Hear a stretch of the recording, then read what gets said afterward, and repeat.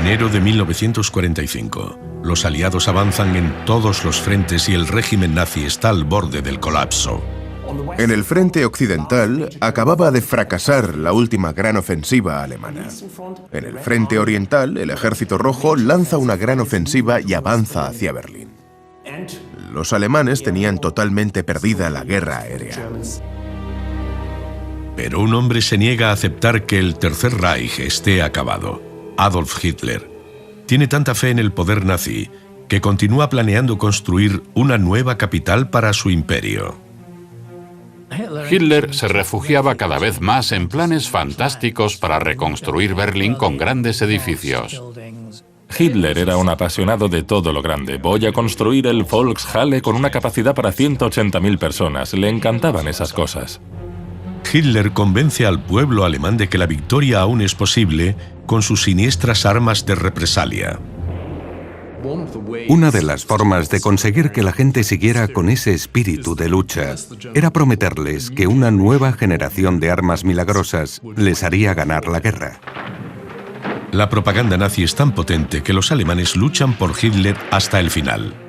No dejan de luchar incluso cuando los rusos están en el jardín de la Cancillería del Reich. Hasta los niños se alistan para defender Berlín. Les dicen que la brillantez del diseño y la ingeniería alemanas vencerán a los aliados a pesar de sus enormes recursos. Pero la realidad está destruyendo esa ilusión. La mitad de las muertes alemanas en la Segunda Guerra Mundial ocurrieron en los últimos 10 meses de guerra. Es un baño de sangre sin parangón en la historia europea y quizás mundial. Hitler afirma que Alemania lidera el mundo en diseño y tecnología. Ahora el mundo está sometiendo su afirmación a la prueba definitiva.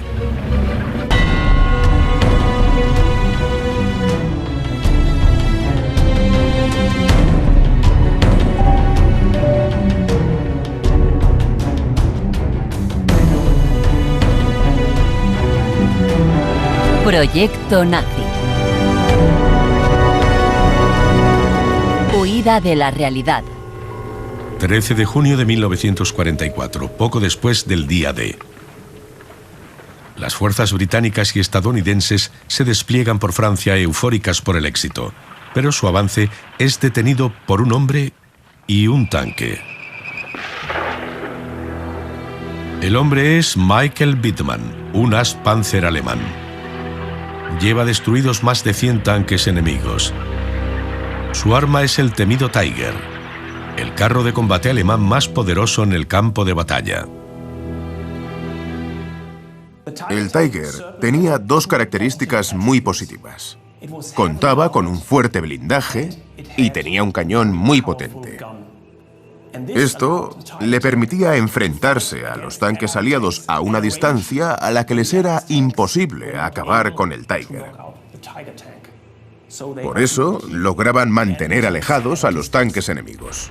La séptima división acorazada británica avanza desde las playas de Normandía hasta el pequeño pueblo francés de Villers-Bocage. Son recibidos con vítores por civiles franceses y los soldados británicos se relajan. Por la mañana, Michael Wittmann y sus hombres atacan. Se dieron cuenta de que había muchos soldados y tanques británicos en el pueblo. Paseaban, bostezaban y tomaban té. Wittmann, el comandante de la compañía, piensa, tenemos una oportunidad única, y la divide en dos. Se marcha solo a una carretera paralela a la calle principal de Villers-Bocage, donde esperan los tanques británicos. Sigue por esta carretera paralela, y en el cruce gira su cañón, abriendo fuego y destrozándolo todo. Luego él mismo va hasta la calle principal y termina el trabajo. En menos de 15 minutos, al menos 13 carros de combate, 2 cañones antitanque y otros 13 vehículos son destruidos por Wittmann y sus hombres. Para muchos alemanes, la batalla de Villers-Bocage es una prueba de que sus tanques y soldados son intrínsecamente superiores a los de los aliados. La propaganda alemana describe a Wittmann como un noble héroe para un país que lo necesitaba desesperadamente. Es ascendido a capitán y el propio Hitler le impone uno de los mayores honores de Alemania, la Cruz de Caballero de la Cruz de Hierro con hojas de roble y espadas. Estos acontecimientos fueron aprovechados por la propaganda alemana. Es muy interesante su culto al héroe, algo muy propio de la máquina de propaganda germana. Muchos eran puestos en un pedestal, ya fueran ases de submarinos, de cazas, de bombarderos o de los Panzer. Es sorprendente lo mucho que se parecían unos a otros. Todos conformaban el ideal del superhéroe ario, cosa que no les pasaba a los líderes nazis. Y Wittmann no era diferente. Pero a pesar del éxito de Wittmann, ni él ni ningún otro comandante de Tiger evitó el avance aliado desde Normandía. Estamos hablando de un combate táctico menor. Los británicos no tenían muchas posibilidades de explotar esa brecha. ¿Tuvo algún efecto en la campaña? No. ¿Fueron significativas sus pérdidas? Cuando terminó la batalla de 2 días, que no se resumió en el combate de aquella mañana, los alemanes solo habían tenido algunas bajas menos que los británicos y 6 de sus preciados Tiger habían sido destrozados. La propaganda alemana exagera los logros de Wittmann. La revista de las Fuerzas Armadas alemanas, Signal, muestra el fin de la batalla, pero usa 3 fotos distintas unidas, creando una falsa impresión de la destrucción. El Tiger no es el arma que va a ganar la guerra, como afirman los nazis. Primero, era demasiado lento, por lo que era muy complicado avanzar o retroceder rápidamente. Segundo, era demasiado pesado y no podía pasar por determinados puentes. Tercero, no tenía un buen motor, más bien al contrario, demasiado lento y complicado de maniobrar. Y cuarto, era tan pesado que su consumo de combustible era muy alto, cosa que no se podía permitir a Alemania en 1944 con su escasez de recursos. El Tiger es fabricado a toda prisa y las primeras unidades presentan bastantes fallos. Suelen averiarse durante los combates y tienen que ser abandonados. De hecho, sus tripulaciones destruyen más Tiger que el enemigo. Además, su coste de producción es altísimo. Solo se fabrican 1.350 Tiger durante la guerra frente a los 6.300 del menos glamuroso Panzer. En general, creo que los Panzer eran superiores a los Tiger.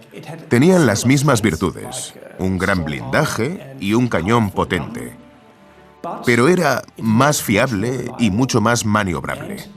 De ahí que lo lógico habría sido que los alemanes se hubieran centrado en producir tanques Panzer y desecharan los Tiger. Sin embargo, esto habría significado no entender la naturaleza del régimen y el Estado nazi. El problema es que Hitler cree que solo se obtienen resultados a través del conflicto y la competencia. La gente malinterpreta la naturaleza del Estado nazi. Nos da una imagen de un Estado eficiente en el que la gente se le dice lo que tiene que hacer, pero en realidad, Hitler creó un Estado caótico. Hacía que las agencias se pelearan entre ellas, compitiendo para ganarse su favor. Era la consecuencia de la forma de gobernar de Hitler. Nada de centralizar y coordinarlo todo, sino de encargar a diferentes individuos o instituciones la misma cosa y que pelearan entre ellas para lograrlo. Quien fuera más implacable sería el mejor y más importante. A la larga, esto provoca que se malgasten recursos, porque cada empresa intenta producir su propio tanque o ser la primera en terminarlo para luego producirlo. De ahí que los alemanes fueran incapaces de racionalizar sus recursos. Esta lucha interna implica que Alemania no puede producir sus mejores armas en cantidades suficientes para todas sus tropas, pero en cuanto a calidad de soldados, Alemania lidera el mundo. El ejército alemán suele ser considerado como el más letal y eficiente de la Segunda Guerra Mundial. Sabían cómo desplegar sus efectivos en lo que se denomina un enfoque combinado. La cooperación entre infantería, artillería, tanques y fuerza aérea era por lo general muy buena. El ejército alemán solía estar bien dirigido.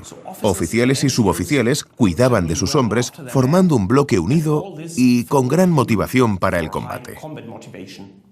Y muchos creían, quizás no tanto en el nazismo, pero sí en el Führer y canciller del Reich, Adolf Hitler, su gran líder. La capacidad, valentía y lealtad de los soldados queda plasmada constantemente en los cines alemanes, como parte del noticiario de la propaganda, el Wochenschau.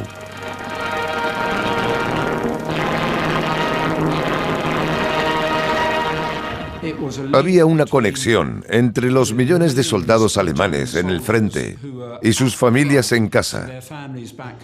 Las familias sabían de los logros que conseguían porque las películas de Wochenschau hablaban siempre de sus logros.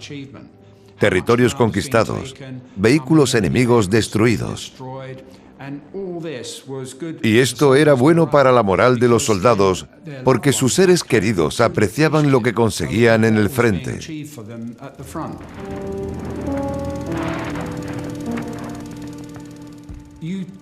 Había imágenes de soldados heridos, pero no de soldados muertos, por razones obvias.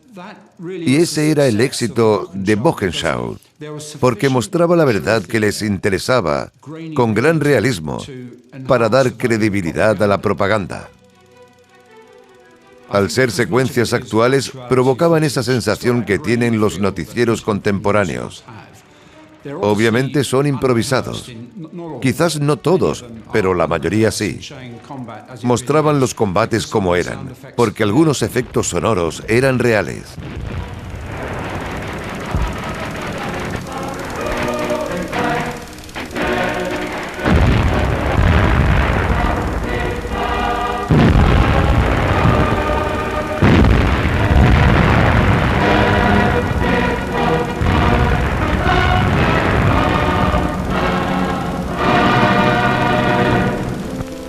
Mantener alta la moral de los civiles es vital para los nazis. Están convencidos de que en la Primera Guerra Mundial el ejército alemán no fue derrotado. Fue el frente en casa el que se desmoronó. Están decididos a evitar que eso ocurra de nuevo. Las privaciones sufridas por las familias alemanas en la Segunda Guerra Mundial no fueron tan malas como se hubiera esperado en los primeros años, porque Goebbels era consciente de que mucha gente creía que la Primera Guerra Mundial se perdió por la escasez de raciones al final de la guerra. Goebbels quiso asegurarse de que el frente estuviera bien abastecido el mayor tiempo posible. Al principio, los rotundos éxitos militares convencen al pueblo de que Hitler es un gran líder bélico. Polonia es tomada en 5 semanas y Francia en poco más de 6, pero la creciente ambición territorial de Hitler está minando su popularidad. La impresión de la gente sobre los nazis cambió con el tiempo. Cuando Alemania ganaba al principio, todo era propaganda fácil para Hitler, y todos estaban dispuestos a apoyar la causa nacional aunque tuvieran sus reservas sobre Hitler. Pero durante el transcurso de la guerra y los costes personales asociados a ella, con tantos hombres luchando lejos de casa y los problemas de racionamiento tras la derrota de Stalingrado en el 43, la popularidad del régimen comenzó a caer porque la diferencia entre la propaganda y la realidad era cada vez mayor. No se puede hacer propaganda de los fracasos. Y creo que esa es la razón de que la propaganda, a partir de 1943, tuviera cada vez menos éxito. Cuando Hitler decide invadir Rusia, desencadena una serie de hechos que destruirán a su ejército. La Blitzkrieg se quedó sin impulso en Rusia. Cuando Hitler invade la Unión Soviética, hablamos del enemigo mejor armado y poderoso hasta la fecha. El cambio más visible e inmediato fue que al cruzar la frontera, el ritmo de la lucha fue muy alto.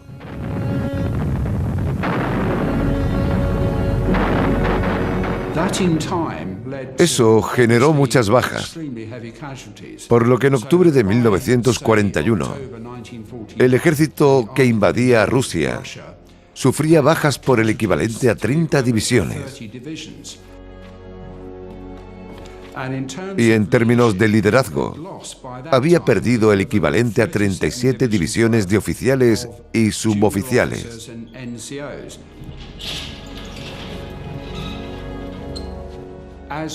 Los jóvenes que ascienden son gente formada en el nacionalsocialismo. De ahí que la base social y psicológica del ejército sufriera cambios profundos entre 1941 y 1942. La sociedad y el Estado nazi estaban bastante militarizados. Cuando un joven ingresaba en el ejército como recluta, ya había pasado por diferentes organizaciones del partido. Los estudios han mostrado que los soldados nazis más fanáticos del Wehrmacht eran los más jóvenes. Cuanto más joven era el soldado alemán, más nazi era. A pesar de su inexperiencia, Hitler se beneficia de la lealtad de estos jóvenes soldados. Desde que se convierte en Führer en 1934, todos juran servirlo a él. En el pasado, los soldados alemanes juraban servir al Estado, pero ha cambiado todo eso.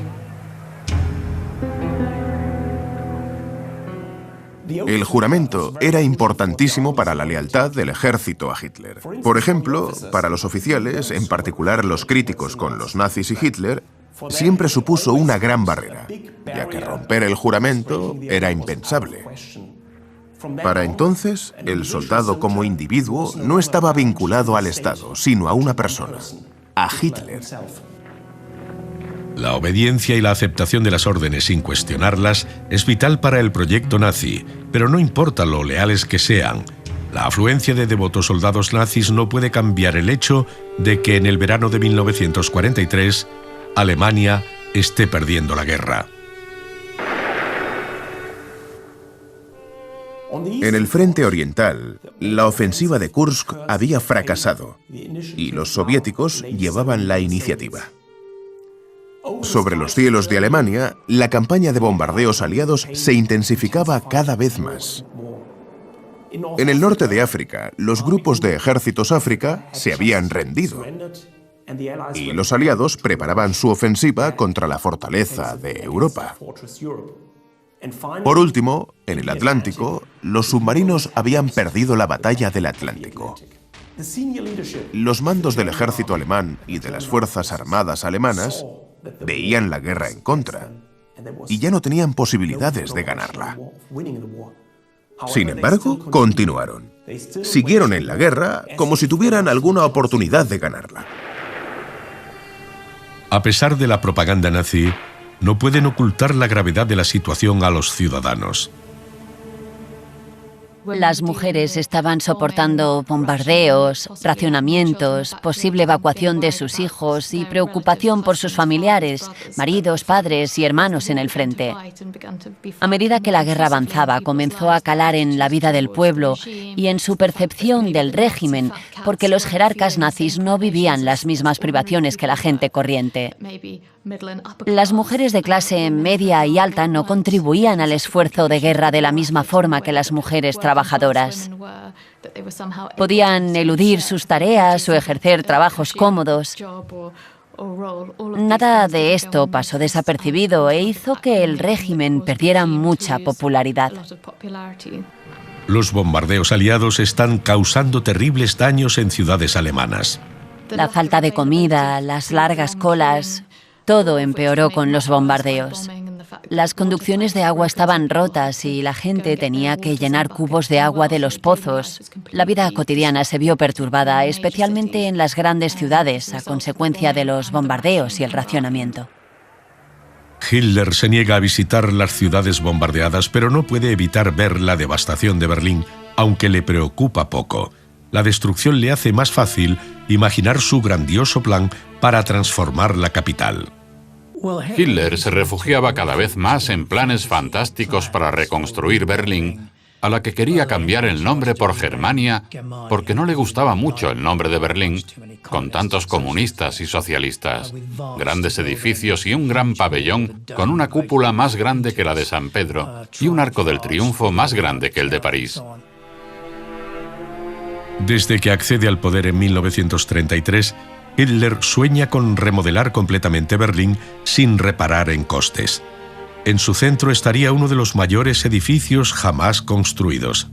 Hitler era un apasionado de todo lo grande. Voy a construir el Volkshalle con una capacidad para 180.000 personas. Le encantaban esas cosas.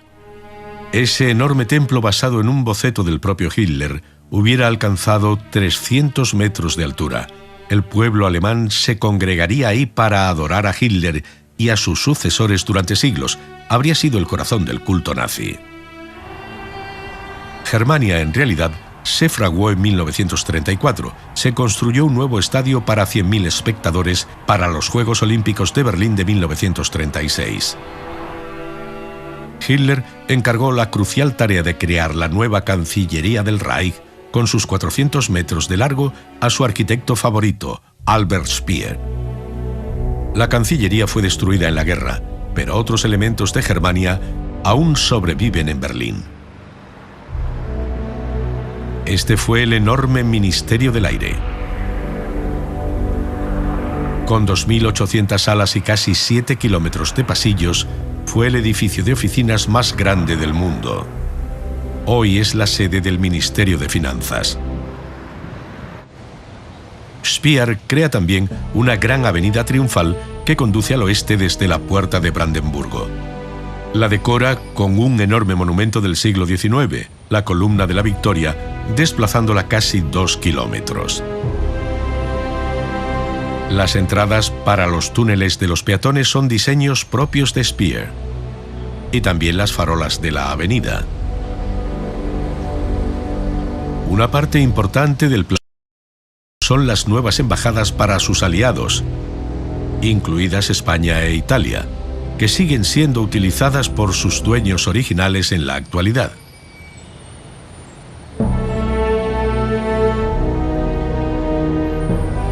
Pero la finalización de la embajada japonesa marca el fin de Germania. La situación militar en el este empeora, obligando a Hitler a posponer su grandioso plan urbanístico.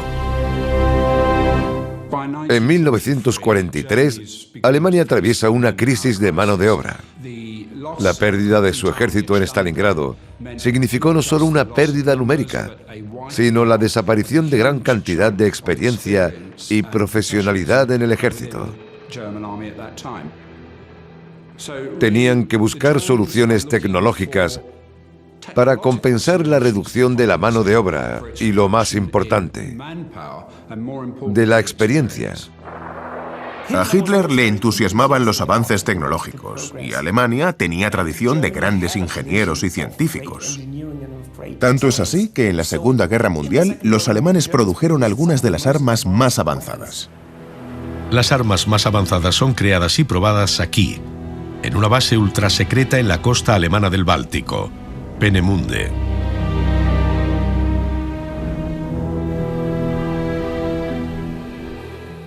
Las instalaciones de Peenemünde eran en realidad dos fábricas de armamento, una del ejército y otra de la Fuerza Aérea. Fueron los mayores centros armamentísticos de Europa durante la Segunda Guerra Mundial. Tenía 25 kilómetros cuadrados y empleaba a 20.000 personas, por lo que era un enorme complejo industrial, con un alto gasto de recursos, tanto materiales como económicos y humanos. La misión de los científicos que trabajan aquí es desarrollar armas de gran velocidad y potencia para traspasar las defensas aliadas. En 1944, los bombarderos alemanes tienen pocas posibilidades de atacar Londres con éxito. Es necesario un nuevo enfoque.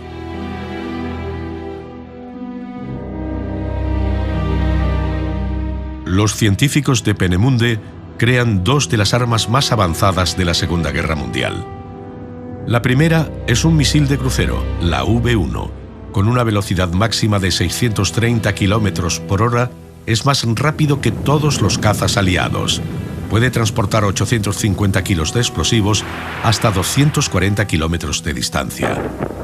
La V2 es un arma aún más extraordinaria, el primer misil balístico del mundo. Transporta 1.000 kilos de explosivos a 320 kilómetros. Con una velocidad de más de 5.000 kilómetros por hora, no se puede detectar ni interceptar, alcanzando su objetivo sin previo aviso. Sistemas de guiado de alta tecnología sustituyen a los cada vez más escasos pilotos. Ahora los nazis creen tener la oportunidad de contraatacar. Era la panacea. Sería el arma mágica que limpiaría los cielos y arrasaría el horizonte en favor de Alemania.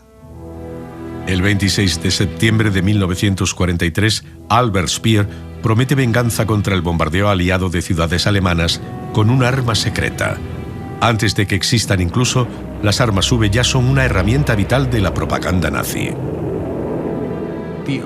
En 1944, una de las formas de conseguir que la gente siguiera con ese espíritu de lucha era prometerles que una nueva generación de armas milagrosas haría la guerra por ellos. Fue una propaganda anticipada. Podían decirle a la gente que esas armas iban a llegar. Incluso podían enseñárselas. Parecían formidables. La gente quería creer en la posibilidad de que un arma milagrosa o cualquier refuerzo futuro conseguido por el Führer iba a sacarlos de aquella debacle. Durante los últimos 10 meses de la guerra se lanzan 12.000 V1 y 3.500 V2 contra Gran Bretaña y Bélgica. Pero la cantidad de explosivos transportados por estas costosas armas es la misma que la lanzada por 2 o 3 grandes ataques aéreos aliados. En 1944, esos ataques tienen lugar cada semana. Y muchas armas V nunca alcanzan su objetivo. Los británicos encuentran cómo abatir las V1 destruyendo más de 4.000 en el aire. Incluso la aparentemente invencible V2 tiene graves fallos.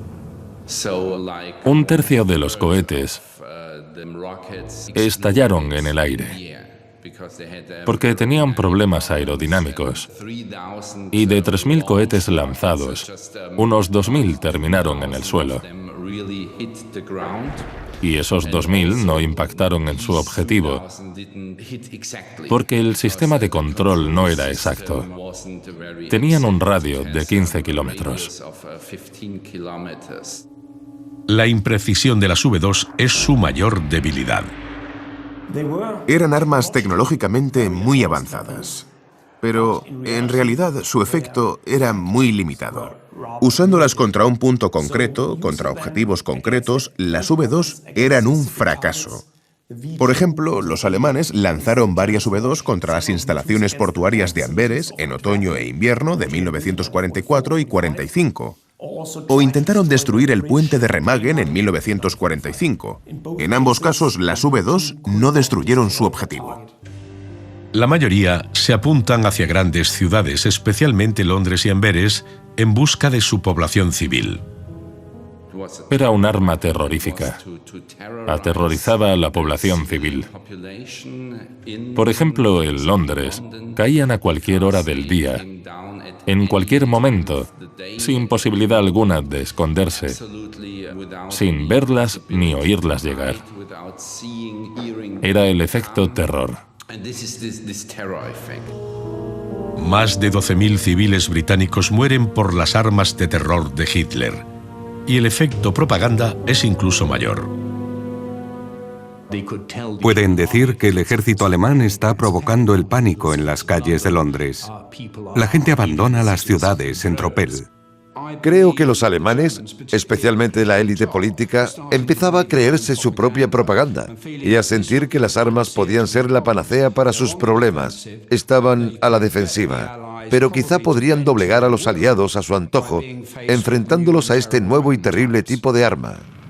Pero la realidad es muy diferente. En Alemania mueren más civiles cada mes por los bombardeos aliados que mediante todas las armas V. Y son caras. Las V2 especialmente usan muchos materiales escasos y necesitan muchos obreros cualificados para montarlas. La mayoría es mano de obra forzada que trabaja en pésimas condiciones. De hecho, mueren más civiles haciendo las V2 que como objetivo de ellas. Las armas V son un último desesperado intento tecnológico de superar la debilidad económica de Alemania. Inglaterra, Estados Unidos, la Unión Soviética, las grandes economías del mundo tienen más. La única posibilidad es tener una nueva tecnología mejor como esperanza de salvación. Pero incluso la élite nazi se da cuenta de que las esperanzas de salvación son cada vez menores para Alemania. La V era de Vergeltung, que significa represalia. Estas armas pretendían castigar a los británicos por lo que habían hecho a Alemania. No fueron anunciadas como fuentes de victoria. Eso quedó en segundo plano. Se trataba de recuperar lo suyo. De alguna manera, la promesa de un arma maravillosa también es una confesión de la derrota.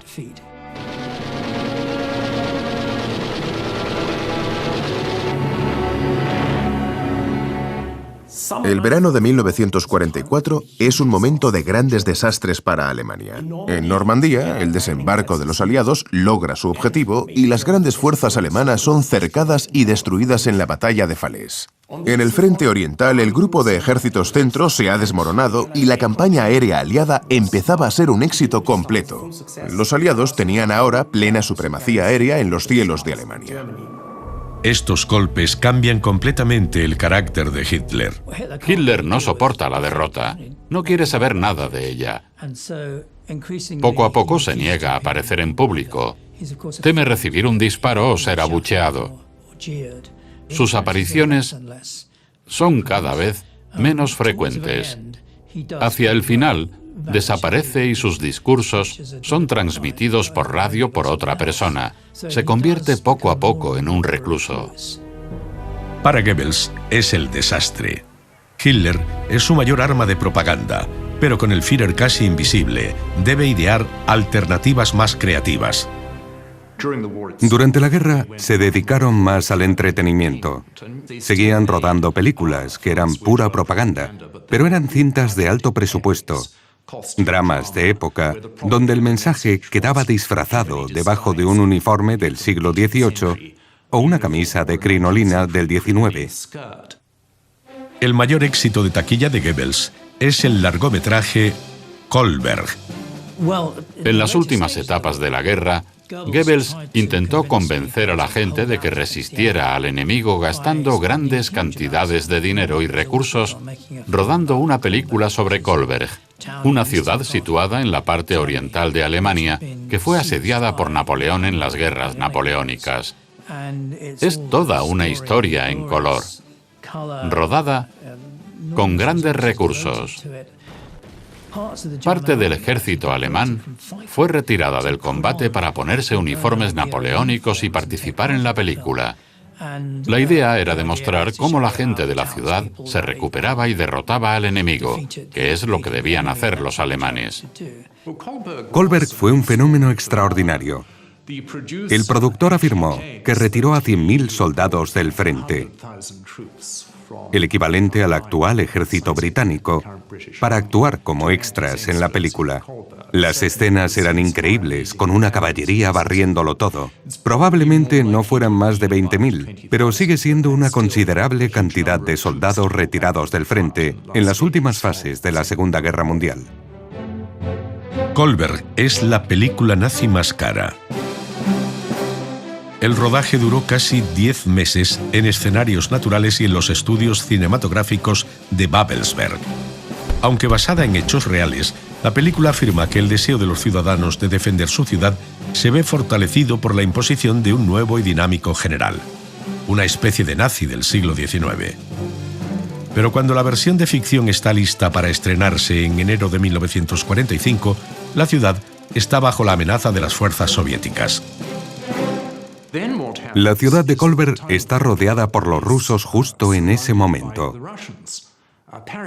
Goebbels sustituye al general más mayor por un general más agresivo, como en la película. Pero entonces Kolberg se rinde y Goebbels silencia las noticias de la rendición para que todo sea coherente con la película. Es un ejemplo extraordinario del arte y la vida que no solo se imitan, sino que se entrelazan indisolublemente. En enero de 1945, el Reich alemán estaba al borde del colapso. En el frente occidental, la gran ofensiva alemana en la batalla de las Ardenas acababa de fracasar. En el frente oriental, a mediados de enero de 1945, el Ejército Rojo ha lanzado una gran ofensiva desde el Vístula y avanza hacia Berlín. Los alemanes habían perdido totalmente la guerra aérea, y los bombarderos aliados producían graves daños en la producción industrial alemana. El arma maravillosa no se fabrica en número suficiente para cambiar las tornas. La producción de armas convencionales también disminuye, pero el ejército alemán permanece unido, luchando hasta el final a pesar de las enormes bajas. La mitad de las bajas alemanas, de los muertos alemanes de la Segunda Guerra Mundial, tuvieron lugar en los últimos 10 meses de la guerra. En enero de 1945, la Wehrmacht perdió a 450.000 hombres. Eso es 3 veces más que 2 años antes, en enero de 1943, el mes de Stalingrado. Es un baño de sangre sin parangón en la historia europea y quizá mundial. Con el enemigo amenazando ahora a Alemania, puede esperarse que los nazis se replieguen a las fronteras del país. Pero Hitler no permitirá ninguna retirada. Hitler solía describirse a sí mismo como un hombre de todo o nada. Dijo: cuando apuesto lo doy todo. Creía en el triunfo, en el poder del deseo, como dice la película. La fuerza de voluntad lo puede conquistar todo. Veía la retirada, incluso la retirada táctica para la que los generales habían sido instruidos en sus academias militares, como un símbolo de cobardía. Para mantener a las Fuerzas Armadas combatiendo, los nazis recurren a su táctica más antigua, la represión. Siguieron juntos, continuaron luchando, en parte por miedo. Hubo un gran número de ejecuciones por deserción, por cobardía o delitos similares. Miles y miles de soldados alemanes fueron ejecutados en las últimas fases de la guerra. Se calcula que en los consejos de guerra se juzgaron 3 millones de casos.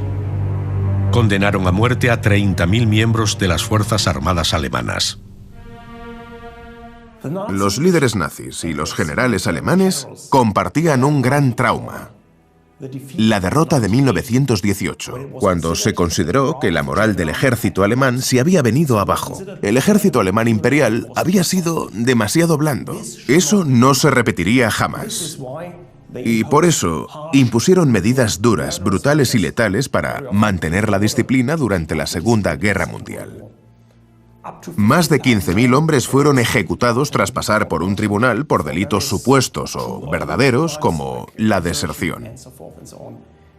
Los soldados alemanes fueron obligados a luchar hasta los últimos días de la guerra. Pero no solo los militares están aterrorizados. Los civiles también se enfrentan a castigos extremos.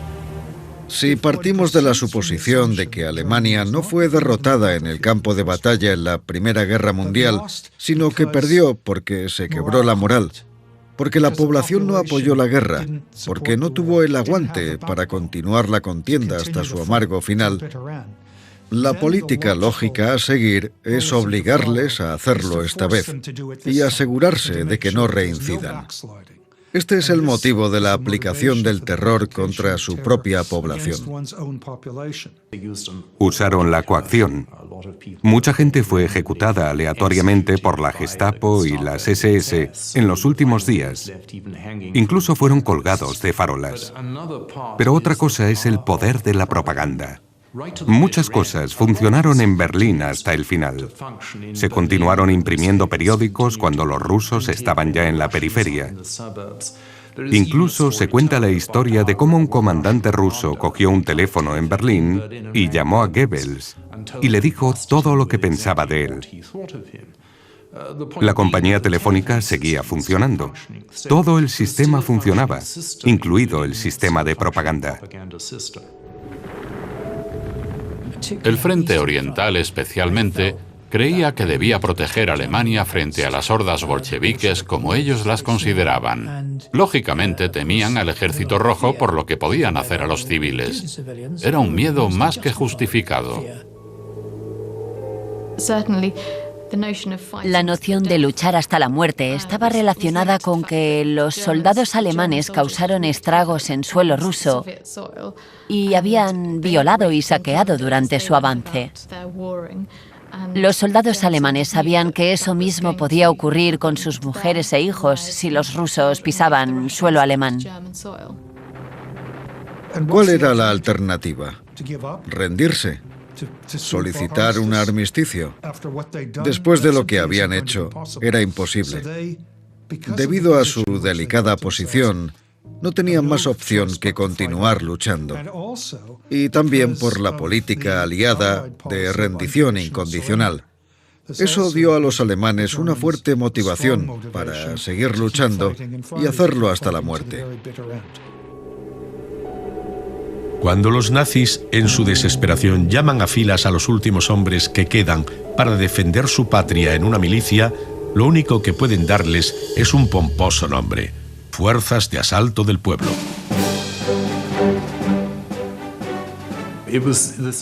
Se trataba de la venganza del pueblo. Lamentablemente, por mucha propaganda que hicieran, no se puede disimular lo jóvenes o viejos que eran esos hombres, ni su incapacidad o su cansancio. Pero existía la idea de que el ejército les había fallado, los generales les habían fallado, pero el pueblo no. Llamaba al pueblo a las armas y lucharían como demonios para defender el Reich. Se celebra la gran reunión de Volkssturm, que Goebbels organiza en Berlín, y que se convierte en el último y más grandioso acto de propaganda del Tercer Reich. Si nos fijamos en esa gente joven a la que se obliga a entrar en las SS, adolescentes, o si nos fijamos en la contribución de ancianos que son reclutados para el Volkssturm, para la milicia del pueblo, nos damos cuenta de que lo que hacen realmente, en términos de acción militar, es inútil. Pero la fe del pueblo en Hitler no se desploma. Aunque el régimen nazi fuese a menudo muy criticado, los alemanes creían que si Hitler fuese consciente de todo, hubiese hecho algo. La figura de Hitler como diferente y salvadora de Alemania, por decirlo así, duró mucho tiempo a pesar de las circunstancias. Cuando el final de la guerra se acerca aún más, Hitler se debate entre la fantasía y el fatalismo. En las últimas etapas de la guerra, Hitler vive en un mundo de fantasía. Hace consultas militares, se mueve alrededor de un mapa de ejércitos que ya no existen. Ahora desconfía de casi todos sus generales. En 1945 ya es obvio que Alemania ha perdido la guerra. Sin embargo, sigue habiendo generales que mandan mensajes optimistas. Hay un jefe, por ejemplo, el mariscal de campo Schörner, o general Schörner, un nazi convencido que ascendió rápidamente de teniente coronel a principios de la guerra a mariscal de campo al final. Schörner fue un hombre al que Himmler y Goebbels siempre escuchaban. Himmler y Goebbels estaban desmoralizados por la situación, pero Schörner les dijo: no todo está mal. Sigue habiendo una oportunidad. Hemos rechazado a los soviéticos y soy optimista. Creo que en los 2 próximos días podré lanzar una ofensiva local, aunque solo sea local. Eso era lo que Himmler, Goebbels y Hitler querían oír en esa situación, pero no reflejaba la realidad. El absurdo optimismo de Schörner recibe una última y vacua recompensa. El 4 de abril de 1945, Hitler lo asciende a mariscal de campo. Es el último líder militar nazi de las Fuerzas Armadas alemanas. Encerrado en su búnker, Hitler sigue encontrando tiempo para soñar. Pasa mucho tiempo pensando, mirando sus grandes planes arquitectónicos, proyectos que quería hacer después de la guerra. Pasa tiempo con su amigo y arquitecto Albert Speer, imaginando cómo sería Germania. También le gustaba jugar con la idea de recrear Linz, en Austria, su ciudad natal, como la Florencia germana.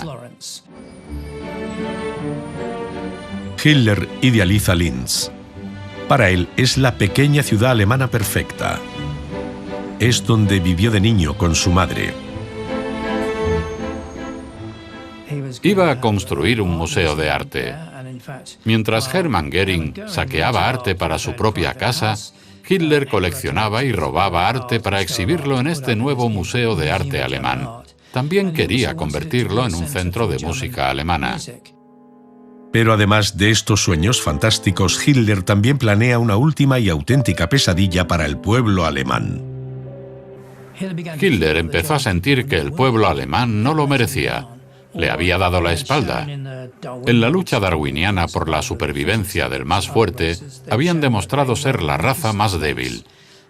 Dictó la infame Orden Nerón en honor al emperador romano, quien dijo que arda Roma. Todo debía ser destruido ante el avance enemigo. Todas las instalaciones serían destruidas, servicios públicos, fábricas, las necesidades básicas de la vida.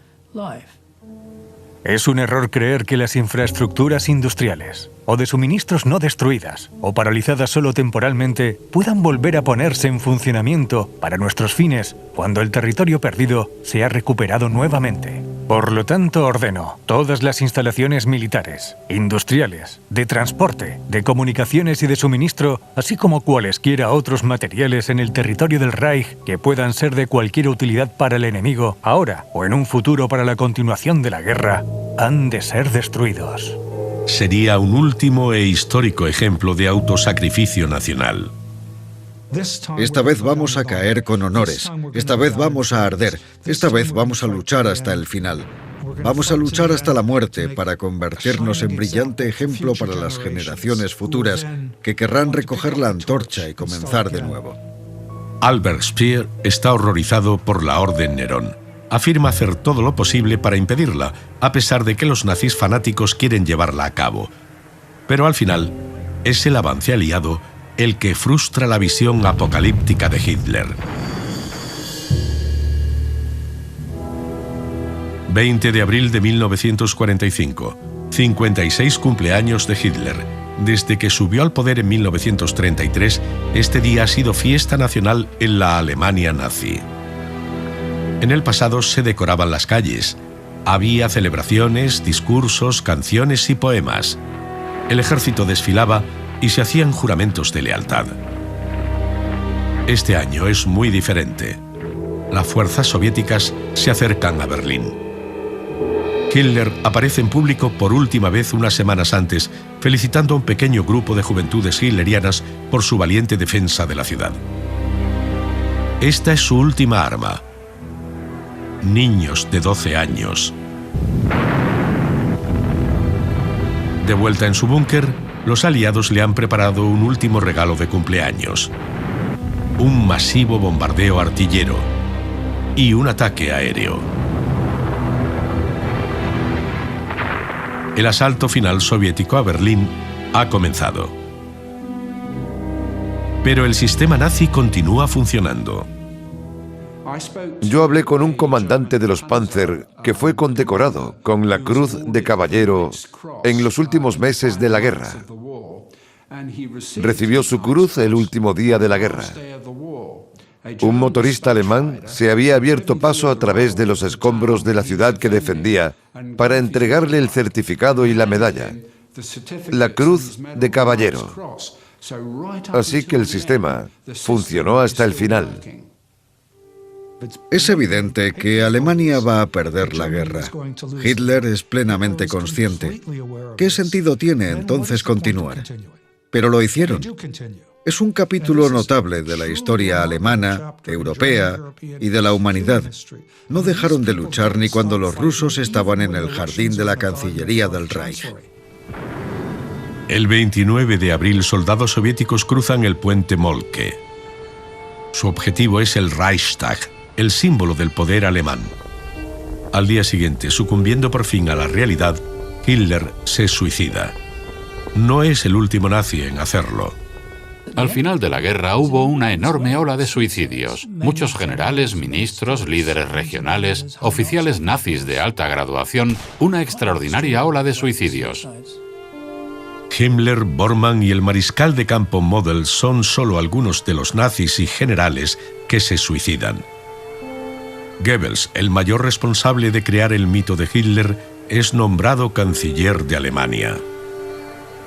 Su única acción es pedir el alto el fuego a las fuerzas soviéticas. Se niegan. Goebbels lleva a cabo entonces su atroz acto final. Su esposa y él envenenaron a sus hijos porque, como escribió en una carta a un hijo de un matrimonio anterior, no creía que su vida valiera nada después de la caída del Tercer Reich y no quería someter a sus hijos a eso. Fue un acto absolutamente terrible de revanchismo ideológico. Goebbels y su esposa también se suicidaron. Desde sus inicios, los nazis dijeron que ellos llevarían a Alemania a la dominación del mundo. Pero siempre fue un plan abocado al fracaso. Solo llevó a la destrucción.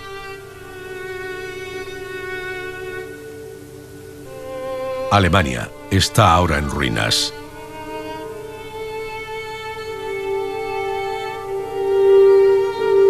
El proyecto nazi ha terminado.